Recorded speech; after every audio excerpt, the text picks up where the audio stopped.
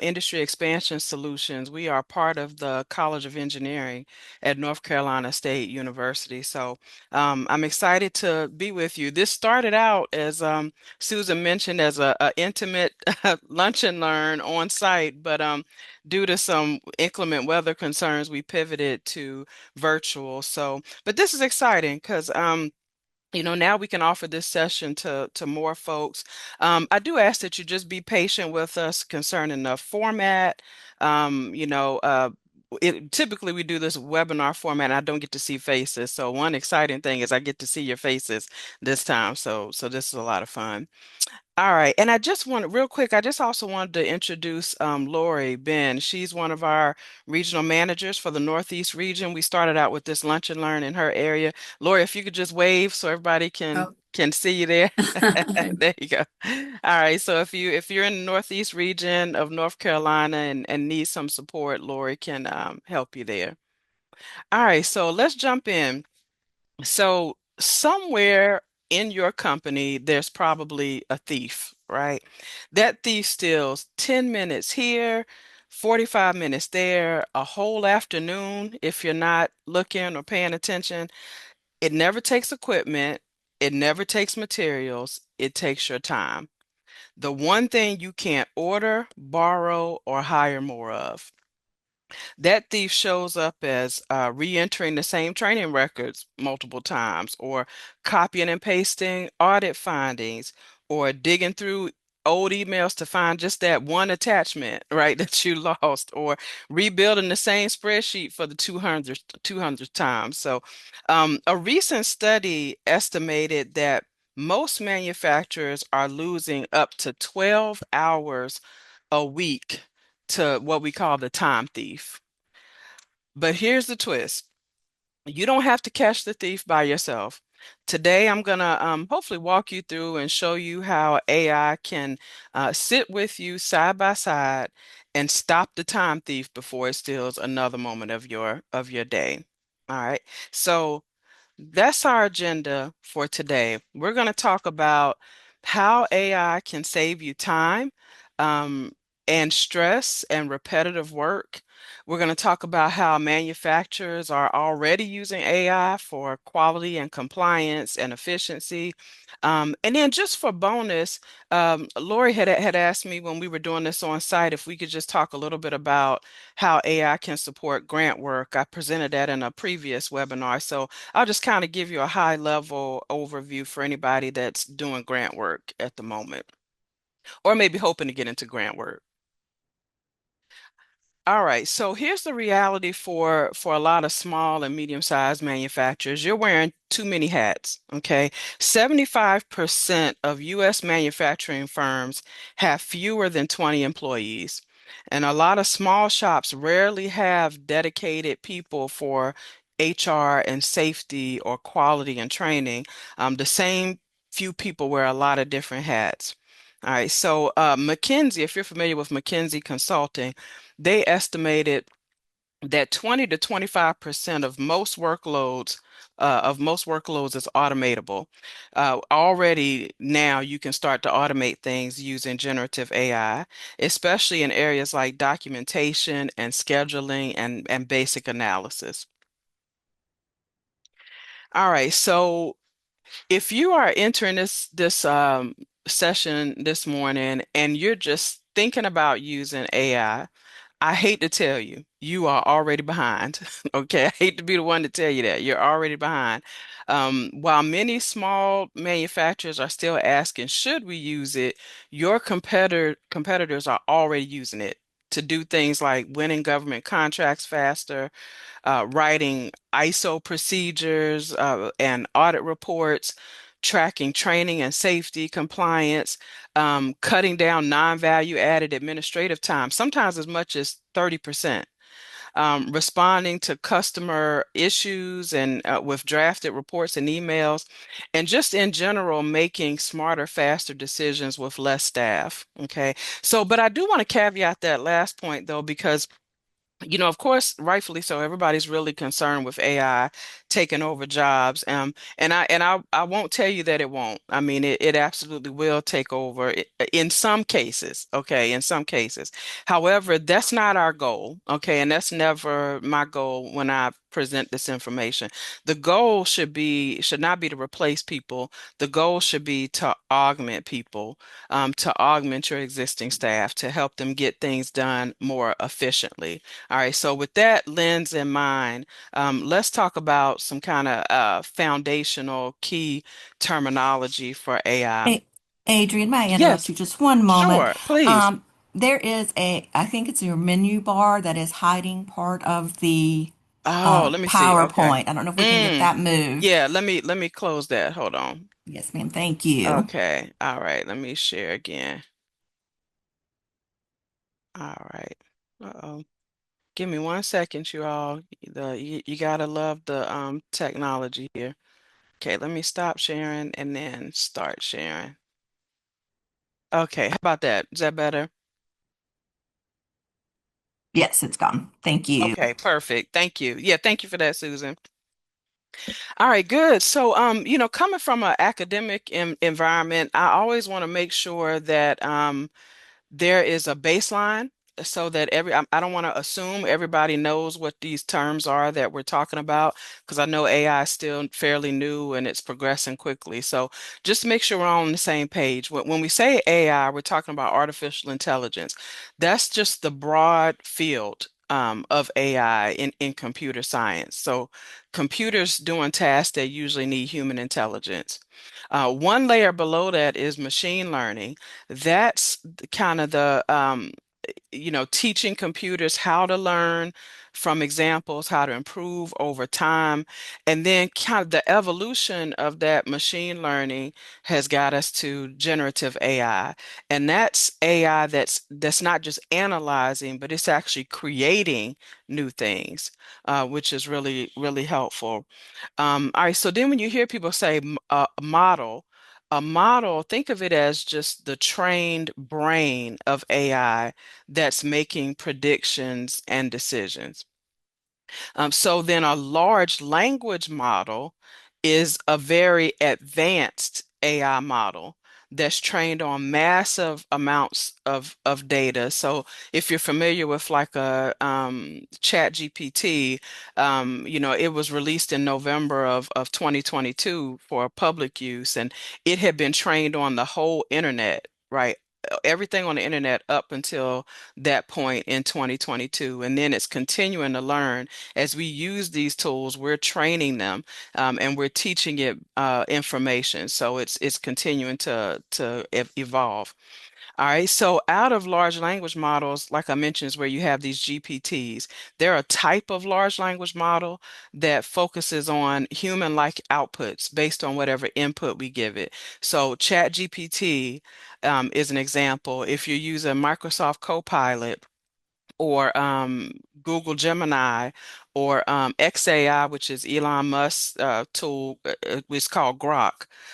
So there's a lot of different types of GPTs out there that we're using. All right, two other really valuable terms that you'll probably start to hear a lot are, or already hearing probably, prompt engineering, which is writing or crafting instructions, we call them prompts, that you feed these generative AI tools to get output.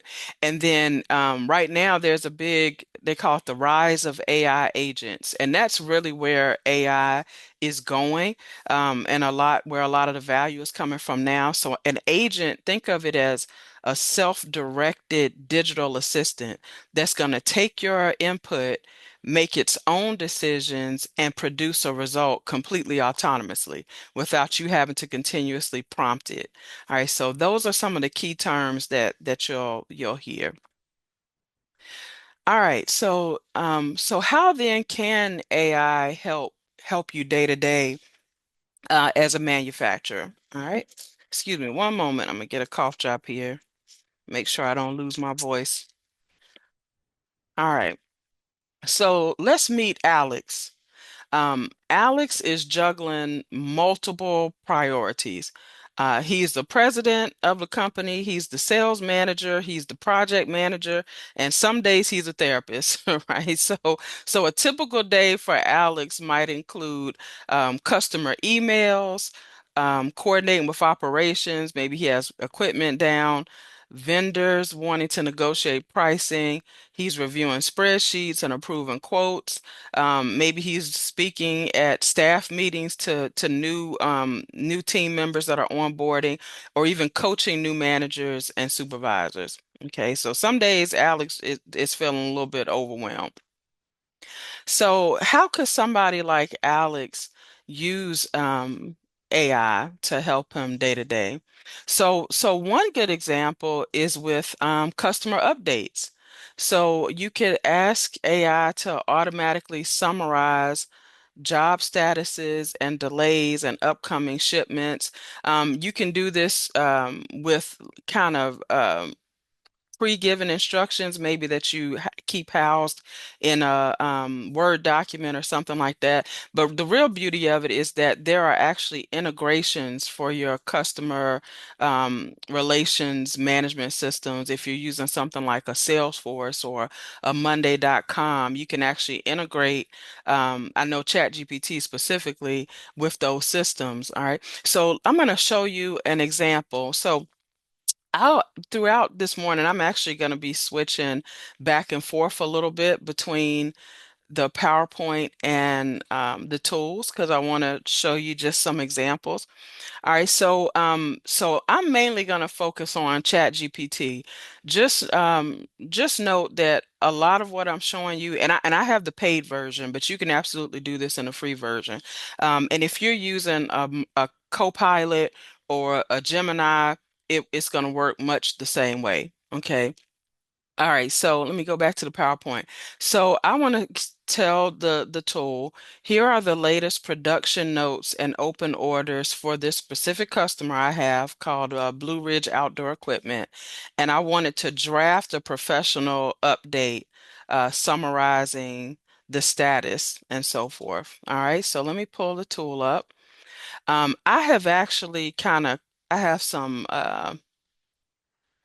kind of pre-loaded information. So imagine you're pulling this from your CRM, but again, you can be. I put this example together just for demo in a Word document.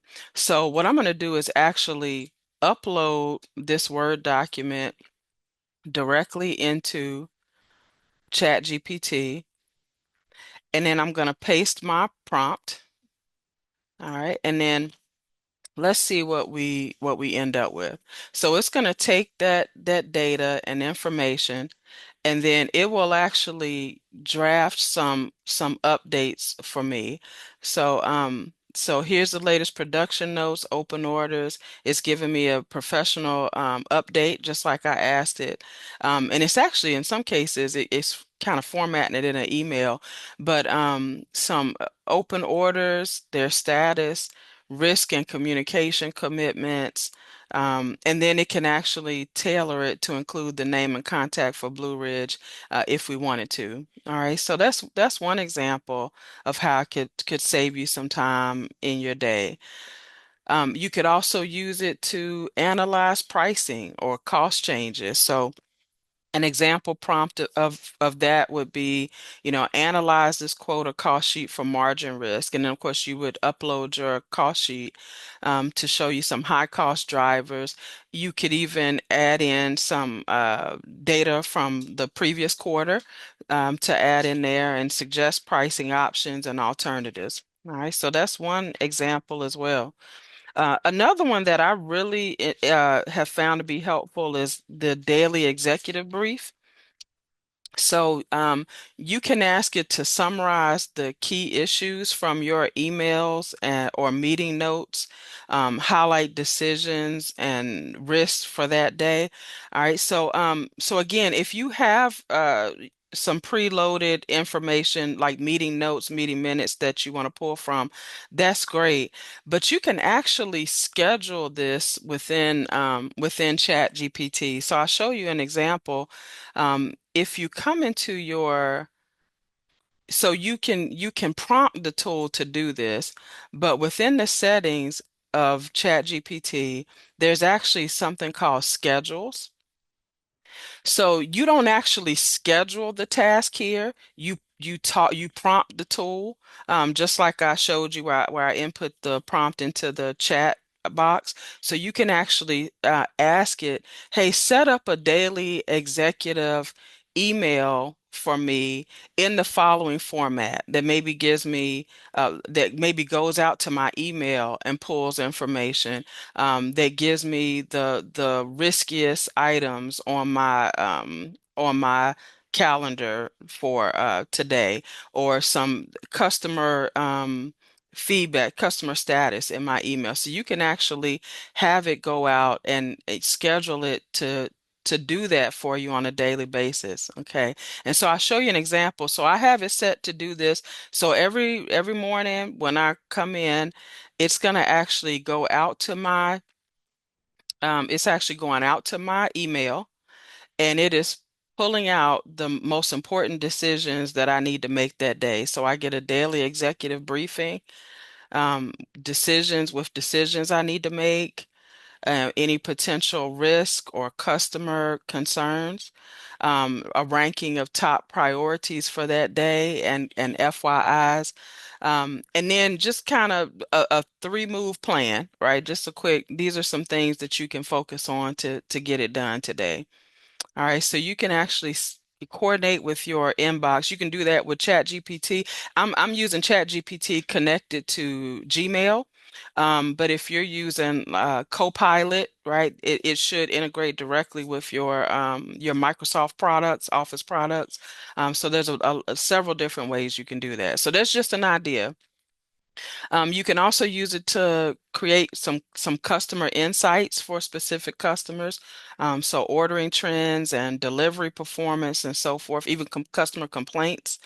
And then one last way that Alex could use this in his role is as a sales pipeline and follow up. So it can once again review your customer notes, any open quotes, recent customer activity, and summarize for it. So let's see what this looks like. So once again, I compared kind of some sample data just to demo it for you. So these are kind of open quotes from the last 30 days. Of course, these are fictitious companies, right? Some recent customer activity, some notes from my CRM, maybe call logs and forecasts over the next few days, over the next 90 days rather, and then some red and yellow accounts. Okay, so once again, I can load this. I'm gonna copy my prompt so I don't have to retype it. All right, let's go to chat. All right, I'm going to upload the information, my sales pipeline, follow-up information, copy in my prompt. All right, and let's see what it does for us. So pretty quickly, it's reading a document, and then it's helping me formulate a weekly sales follow-up plan. So it's telling me that Horizon Medical is my top priority, and why. Because here's my goal. It's giving me a strategy for how to talk with them, how to message, how to approach it. And then it even gave me a draft email, right, of what I could send. And of course it's recognizing that it's me. So it's signing it as well. So it gave me some draft emails. It gave me a weekly action plan. So day to day, these are the things you may want to focus on. Here's the call to action. Here's your success metrics, your some risk mitigation. All right, and then it's as always, most of these tools now have gotten really good at providing kind of follow-up steps. So if you had it connected to your CRM, you could add these tasks back. You could, once again, I told you about how you could automate this, so you can schedule it to automate daily reminders, auto draft follow-ups if there's no reply after a certain time, and it can even build a dashboard, right? Using an AI agent, which I'll show you in just a minute. All right, so those are some examples if you have a position similar to Alex. All right. So let's meet Carla. So Carla has a little bit different role. She is three in one, right? So she's the HR manager, she's the safety officer, and she's the training coordinator.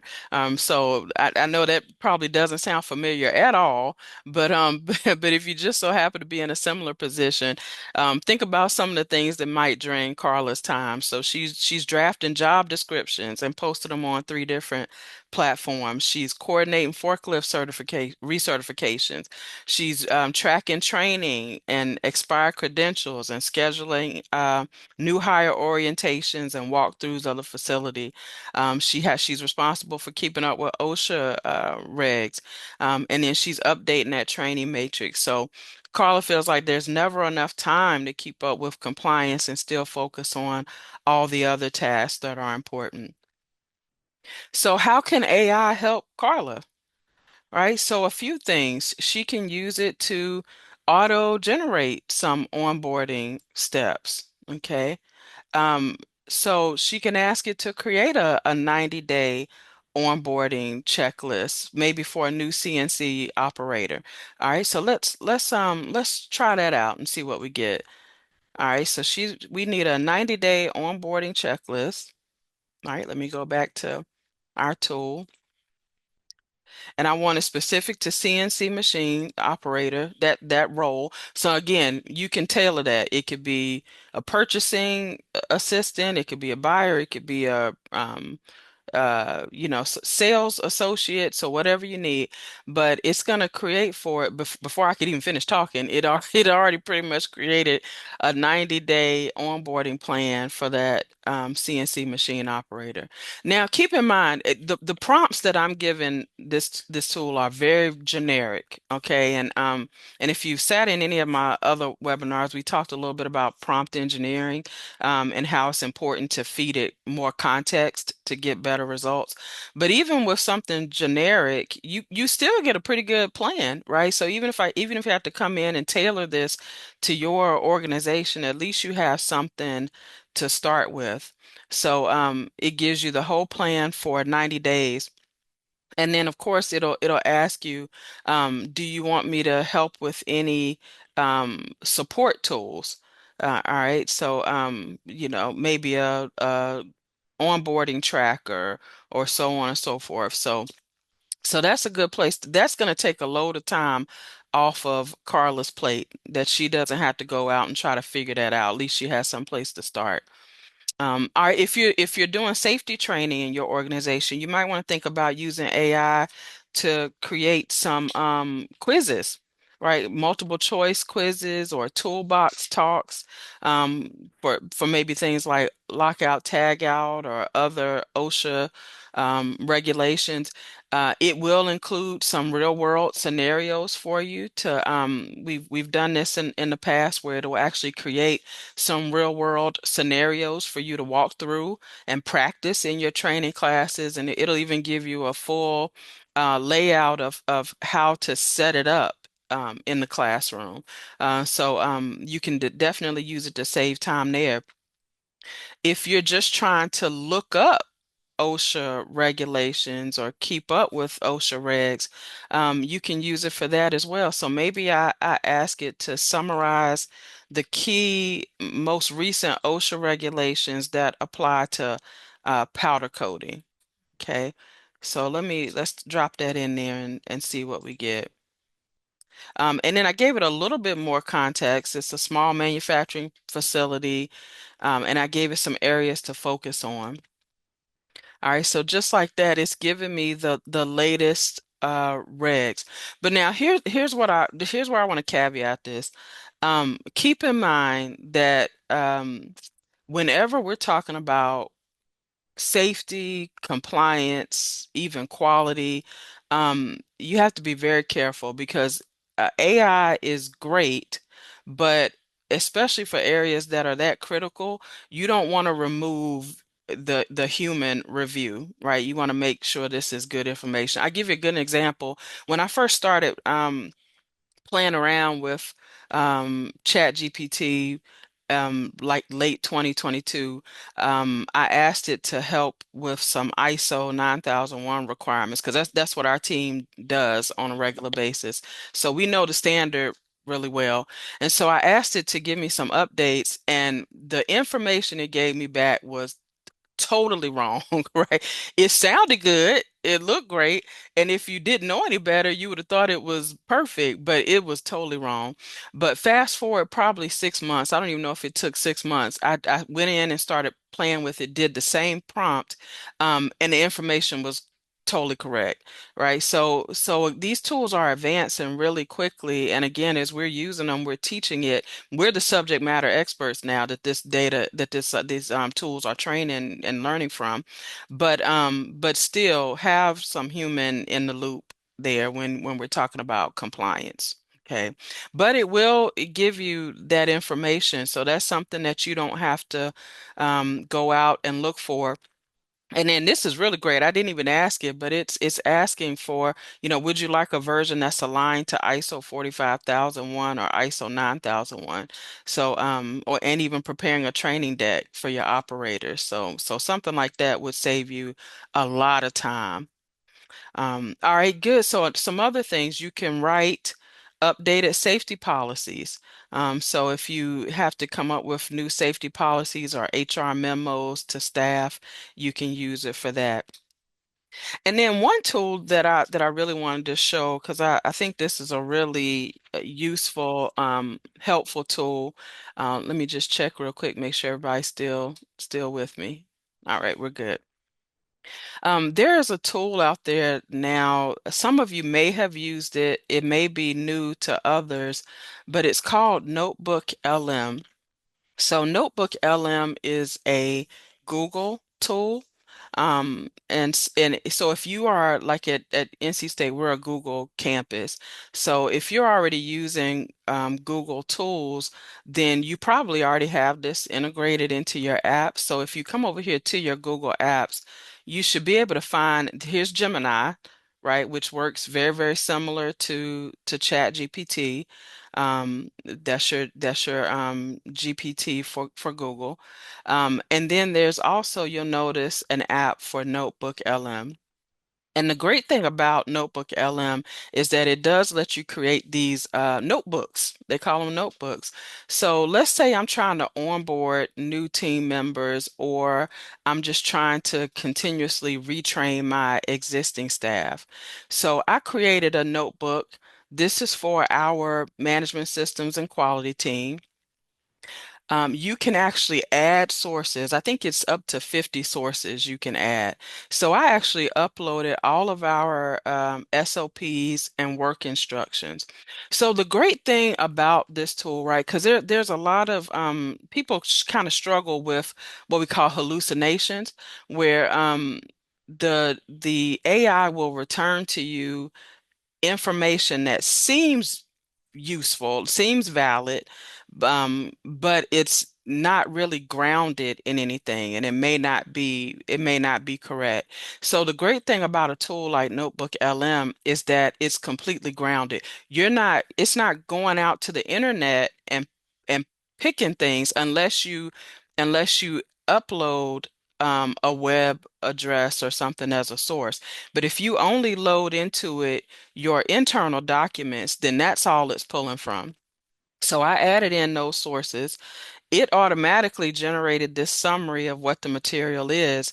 And now I can go in as a new team member and I can just start to ask questions. And it's even feeding me a few questions to start with.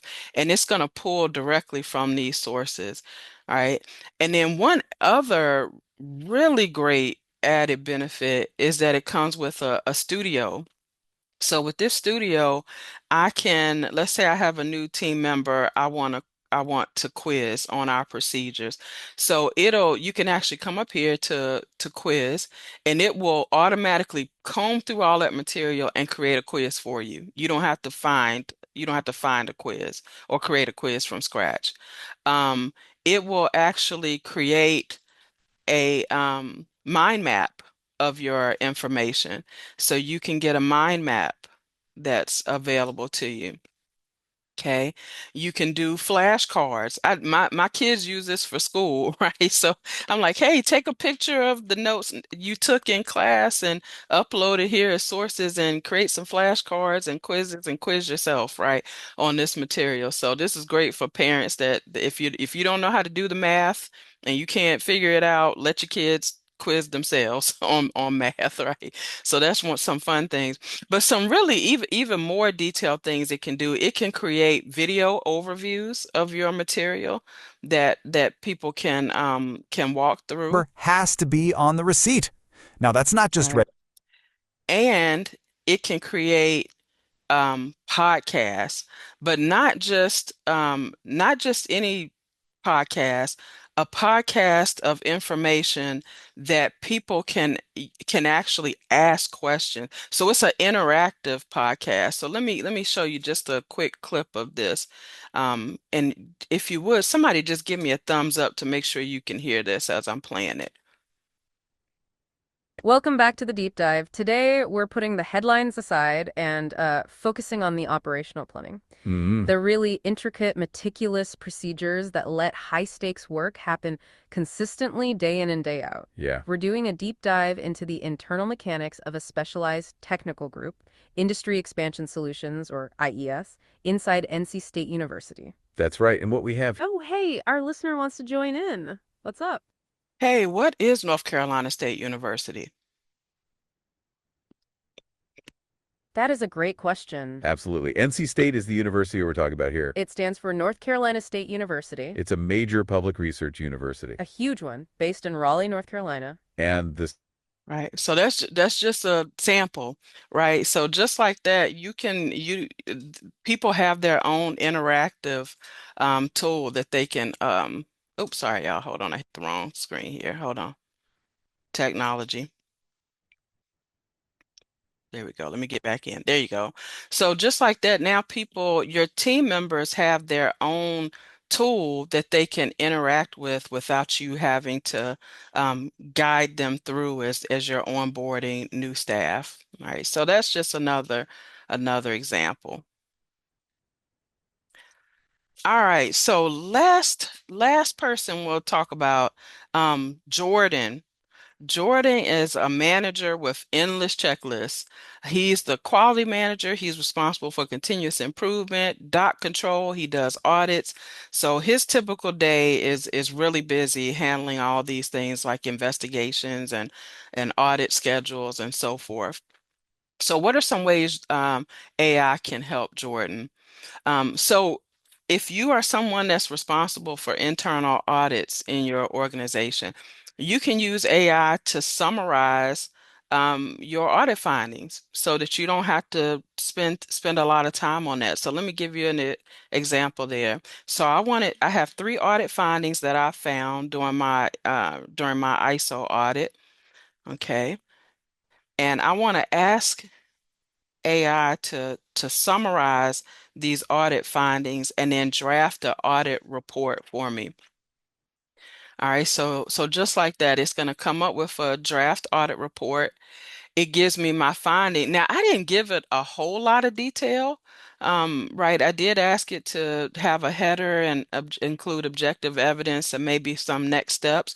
But yeah, but it's given me a reference clause. Again, this is where I would tell you to verify, trust but verify always, okay? And some people might say don't even trust, but it definitely verify when we're talking about AI. Make sure that's the correct clause reference. It gives you a description, some risk, even corrective actions and next steps. I could ask it to generate some opportunities for improvement.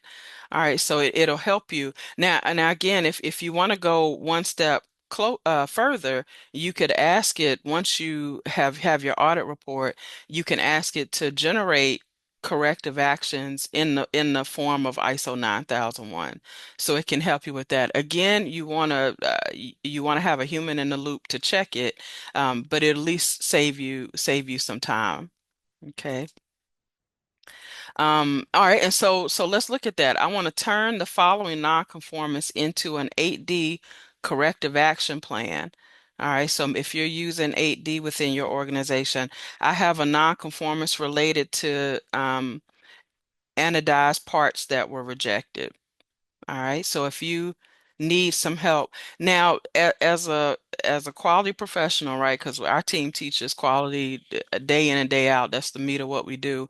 I'll tell you something like this is great, but one thing that I would always tell my clients before they use something like this is that it's going to be very generic. So use it to help you come up with ideas, but especially when we get to things like root causes, this is work you need to walk down yourself, right? So again, because this is so generic, you need to go investigate root causes on your own to see what the root causes are in your particular situation. And then you could always come back to the tool and say, hey, we determined the following possible root causes for this issue. Help us determine what's the most likely root cause, what are some corrective actions, and so on and so forth, right? So use the tool kind of as a starting block, but do your own research as well. But you know, it gives you a good place to start with to save you some time. All right. And then lastly, well, last two things, you can use it for quality dashboards. If you are creating dashboards, it can create a summary table and bar chart. It can do this using agents, which again, I'll show you in just a moment. And then if you're doing any type of FMEAs, so process FMEAs or design FMEAs, again, you can use it for that. This again is another place where I would tell you to use it as just a starting point and then do your own work. All right. But again, it'll give you a good place to start from. All right. So it may think a little bit longer on this because we're doing FMEA. So it's telling me what we're doing. All right. And then it's going to give me my kind of starting point for an FMEA. Okay. All right. So all the typical steps to get you to RPM. So this is something that you can take and again as a starting point, maybe put it in Excel and talk about it with your teams. All right. So I've given you a lot of different information here. One additional thing I do just want to show you because I don't want to overwhelm you by throwing too much at you, but I do want to talk a little bit about custom GPT. So we talked about Chat GPT or Copilot or Gemini as being generative pre-trained transformers. They're a GPT. But within these systems, there is the ability to customize your own GPT. So that's just taking kind of a subset of the larger language model and tailoring it for a specific use case.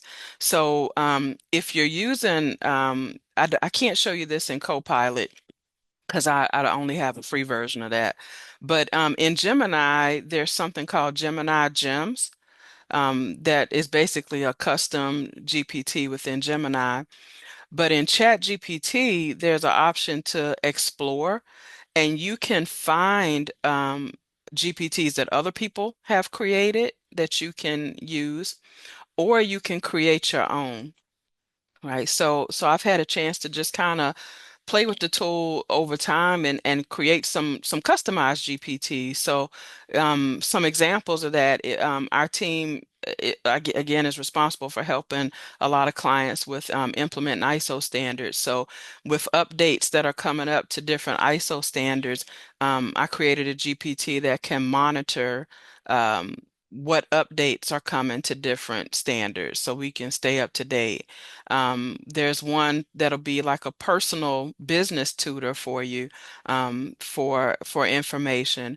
There's one for your ISO nonconformances, or if you're doing quality audits, or machine maintenance. This one will monitor machine maintenance as you feed it information. So there's a lot of different ways you can customize. So, I mean, really, the sky is the limit in terms of your creativity of what you could create specific to your organization with a custom GPT. Um, and these work much like Notebook LM, where you can upload your own information. Um, Let me see if I have one. Mm, no, I don't have it on here.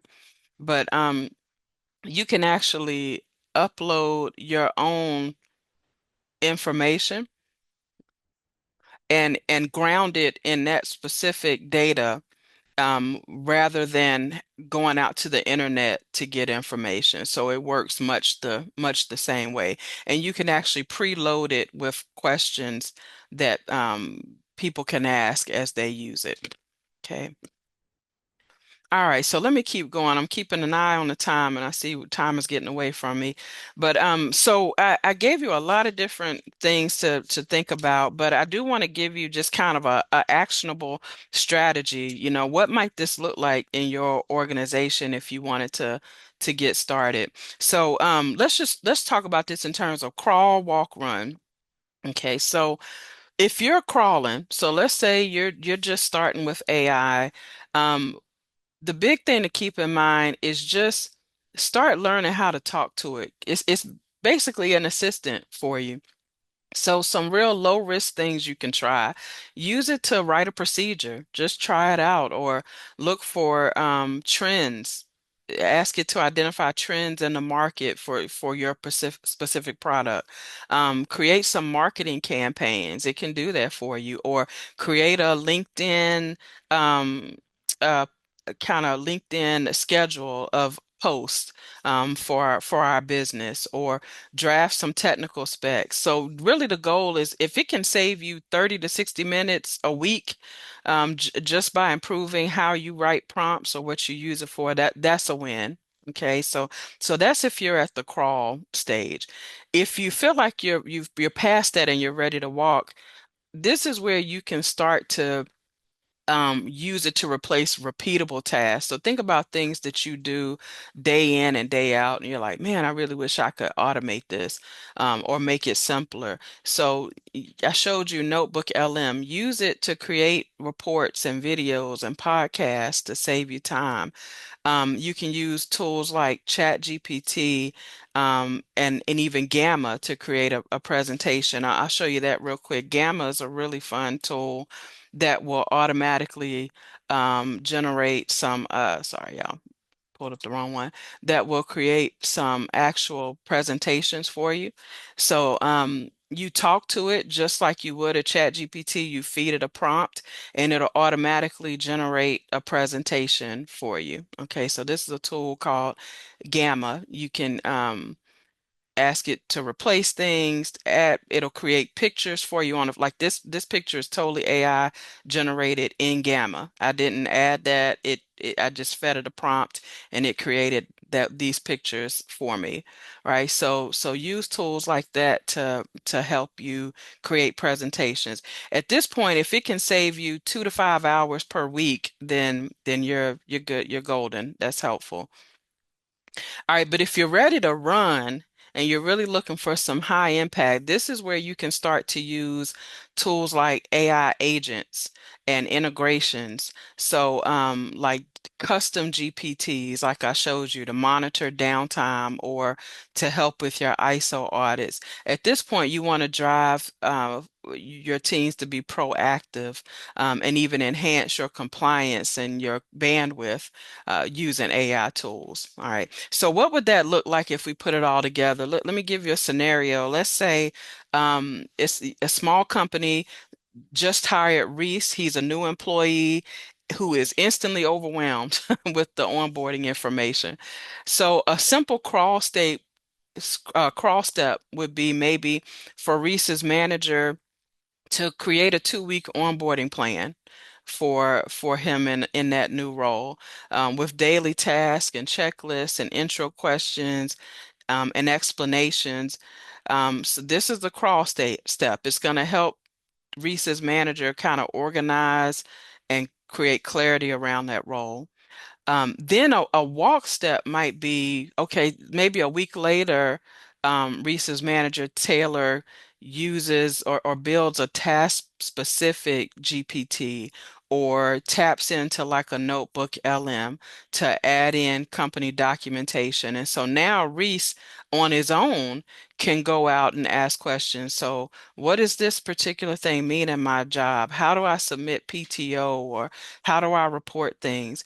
So now AI is taking on a specific task, but you didn't have to add any integrations. You didn't have to know how to program or code or do IT. It's just the tool doing some heavy lifting for you. And then a run step might be where the company as an organization, you start to think about, okay, how can I connect these AI tools to our internal systems? So can it pull training modules from a learning management system we already use? Can it track progress in another system?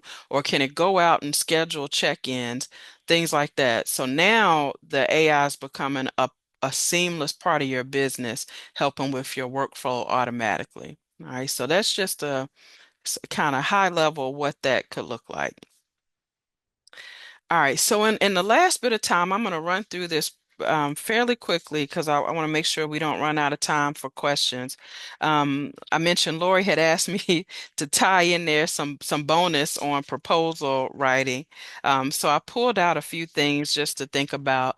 So if you in your business are already drafting proposals, or maybe you're looking to get into some grant work, um, AI can absolutely help you there. So first, AI can help you break down your RFPs. It can help you draft responses to your RFPs as well. Reviewing boilerplate, maybe to match language, suggesting content based on your NAICS code or CPARS or contract history. It can suggest some win themes for you. So, with some strategic thinking on to help you highlight things that differentiate you in the market. And then it can help you map out key players that may be behind the scenes in procurement. So using all these things together can save you time and even improve the quality of your proposals. Let me show you a quick example of that. Let me go out here. So let's say I have let me pull up chat. Okay. Let's say I am trying to figure out, I'm trying to apply rather to an RFP out there. I'm going to pull up an example because I found this is a real one online. I don't know if it's actually still active, but this one is a solicitation um, and let me show you. I'll open it up so you can actually see what it's for. Give me one second. I got three screens here, so I'm trying to do this in multiple places. All right, so here's a solicitation for um for parachute development. All right, so they're looking for folks that can help in the textile world with parachutes, military parachutes. All right, so that's just a little bit of background. But I can actually use this to and I'm going to skip around here. I just realized what I did. One second. So I'm going to use this as a use case. Maybe I'm responding to a government solicitation for a new parachute harness. Attached are the solicitation Q&A and performance parameters. I'm going to ask it to summarize the key requirements, suggest some win themes, draft a sample technical response, and identify likely influencers. Okay. All right. So let me paste my prompt in. Okay.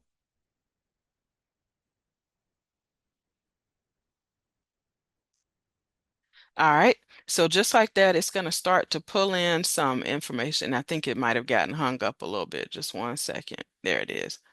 So it's combing through that solicitation. It's pulling out the key technical requirements. It's pulling out areas where innovation might be encouraged. So if my company, if I know of ways to innovate, that might look really well. Here are some win themes for me as a small business.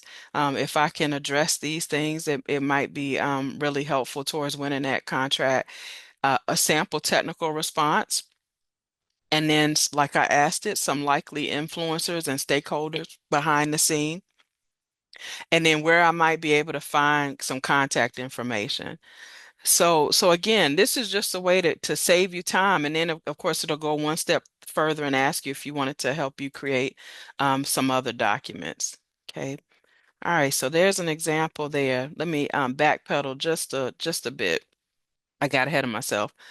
All right. So if you are, I do want to keep in mind there's something called FedRAMP, having a FedRAMP authorized tool. So FedRAMP stands for the Federal Risk and Authorization Management Program. It's a U.S. government-wide program that helps standardize security assessments, authorization, and the continuous monitoring of cloud services. So why does this matter?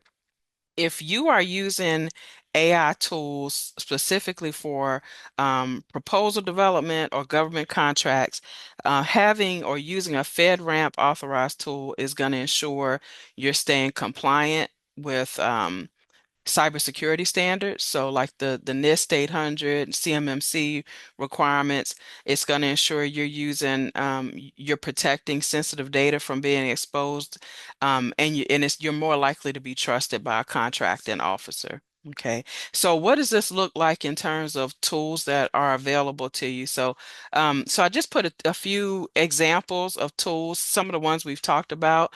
And then you'll notice over on the far right whether or not they are FedRAMP approved. So for instance, something like Chat GPT or a Copilot or Perplexity, um, it's not going to be FedRAMP approved or authorized unless you're using like a private version of the tool, paid version, a Teams version, a Pro version, one of those types of things. So just keep that in mind. Um, Same things with like if you're using sam.gov, coupled with an AI agent, which again I know I said I'll talk about that too. Using private secure versions of that. There are some vendor specific tools if you're specific to manufacturing or visual data, that could potentially be FedRAMP authorized if you're protecting the data. If you're doing image generation or video marketing in something like Sora, or Midjourney or InVideo, those are some really good tools for image generation. Again, they're typically not going to be FedRAMP authorized. So just keep that in mind if you do plan on using AI in that way, that you're using some secure sources. Something like GovWin, Privity are FedRAMP authorized because they're government tracking government leads. Okay. All right, so I showed you this example. Another good use case would be using an agent. So this is what I've talked about several times. So let's say you want to actually go out and find opportunities that are available. You can use a custom GPT, but within Chat GPT, there's something called an agent mode. Okay. So I'm going to copy this prompt and go back.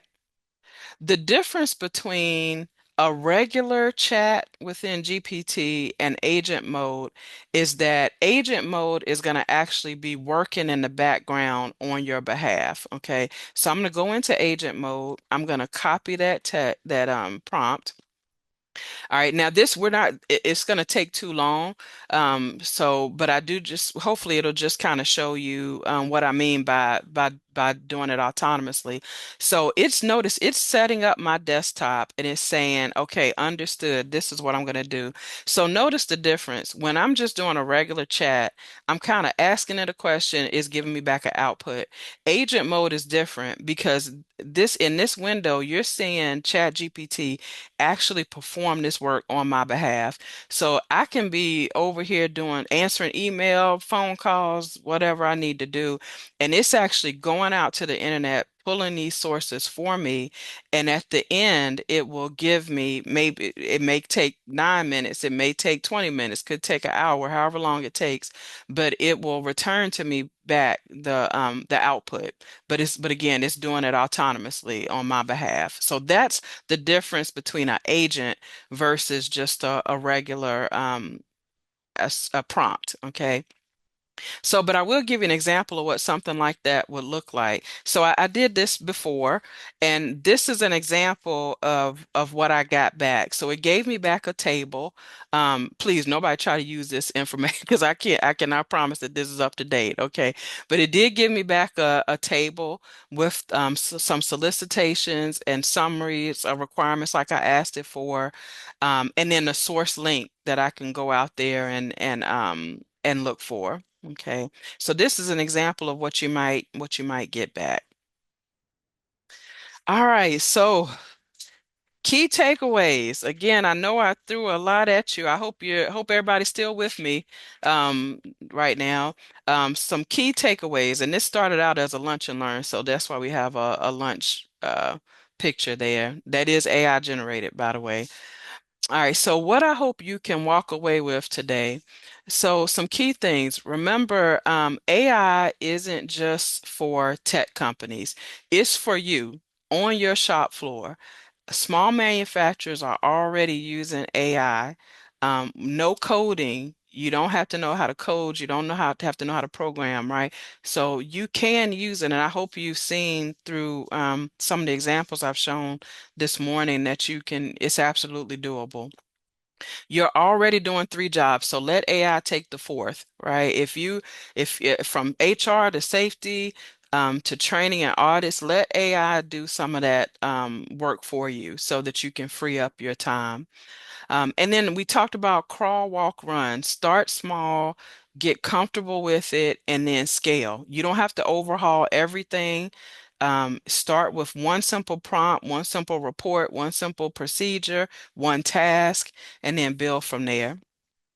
The tools are here and they're easier than you think. So I showed you a few, Chat GPT, Notebook LM, Gamma for presentations, are all different types of tools that are available for you to practice with.